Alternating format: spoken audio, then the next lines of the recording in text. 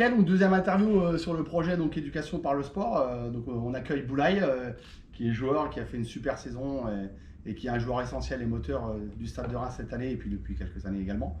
Hein, donc l'idée c'est de te présenter Boulaye, dire un peu voilà, d'où tu viens et puis après je te poserai quelques questions dans la foulée. Ok, ça marche.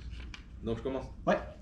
Boulaye Dia, 24 ans, attaquant du Stade de Reims, français d'origine sénégalaise, pardon. Et né à Oyonnax dans l'Ain. Ok, donc Boulaye, voilà, l'idée c'est de travailler un petit peu sur cette question des discriminations. Est-ce que toi, dans ta carrière, tu as déjà connu des mouvements un peu racistes, des actes racistes sur le terrain, en dehors, par rapport à ta personne, ta famille? Non, jamais, jamais. Moi j'ai eu la chance de jamais connaître ce genre d'expérience. Mais je connais pas non plus des personnes qui ont vécu cette situation. Mais on entend toujours des histoires dans les médias, que ça se passe dans d'autres pays. Mais moi personnellement, j'ai jamais vécu ça. D'accord, ok.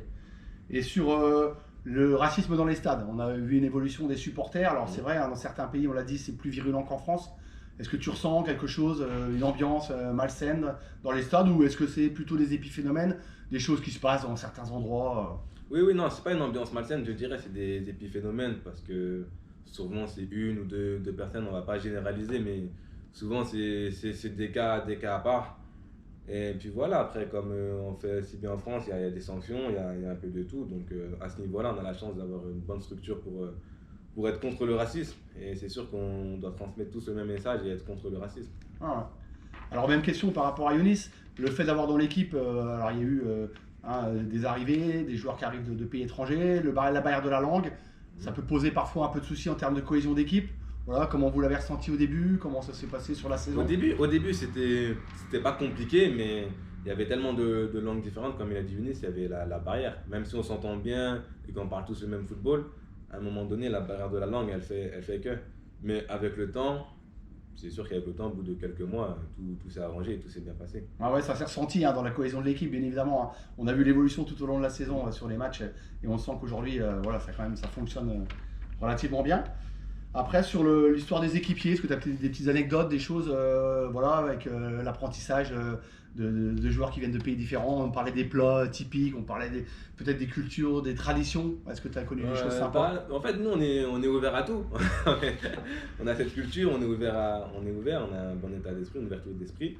Donc, on a des Congolais, on a des Sénégalais, on a des Autrichiens, des Serbes, des Ivoiriens, des Maliens. En fait, on a de tout. Des Marocains, des Français, des Espagnols.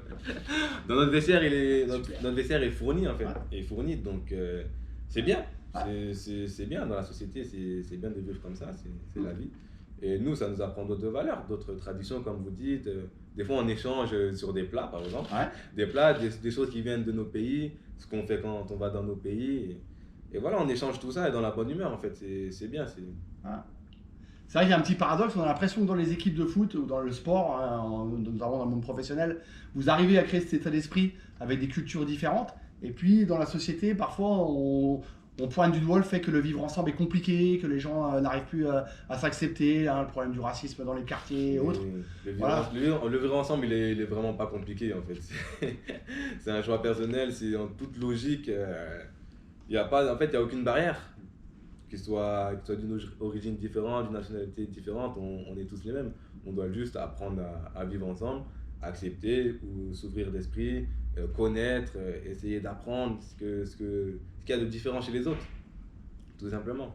Ouais, super, ouais, c'est très bien. Juste un petit dernier, un petit message sur le racisme, quelque chose à dire à des jeunes collégiens par exemple, ou à des sportifs qui commencent dans le monde du Le sport. racisme, déjà contre le racisme, hein, on est tous les mêmes, on est tous égaux, différentes origines, nationalités, couleurs de peau, ce qu'on mange. Ouais. Franchement, on est tous égaux, on est tous des êtres humains, donc on doit tous s'accepter tel qu'on est. Et voilà, on doit tous être sur la même longueur d'onde, transmettre le même message qu'il faut être contre le racisme tout simplement. Ok. Bah, merci bien, Boulaye, c'est super. Hein. Donc, on te remercie. Tu as choisi donc ton petit portrait. Ouais, la petite Voilà, photo. la petite photo qui va bien, ouais, c'est clair. Hein, donc, ça, c'est des messages qu'on espère véhiculer tout le temps à travers le monde du sport, Bien le monde sûr, de la c'est société. important, Hein. c'est des choses importantes. Hein. C'est le football, le monde du sport, ça reste quand même le reflet de la société. Donc, s'il y a un peu de racisme dans la société, ça va se ressentir dans les autres métiers aussi. Ouais, mais c'est grâce à des états d'esprit comme le vôtre, hein, comme vous les joueurs, ce que vous remettez en avant à travers le foot et à travers l'image que vous véhiculez, Ouais, on à essaie travers le de- témoignage comme ça, c'est des petites choses, hein, ça paraît anodin, Ouais, c'est mais vrai. sincèrement pour les gens, ben, voilà, vous entendre parler comme ça, c'est super et on vous souhaite que de la réussite Merci. voilà, que pour le reste. C'est gentil.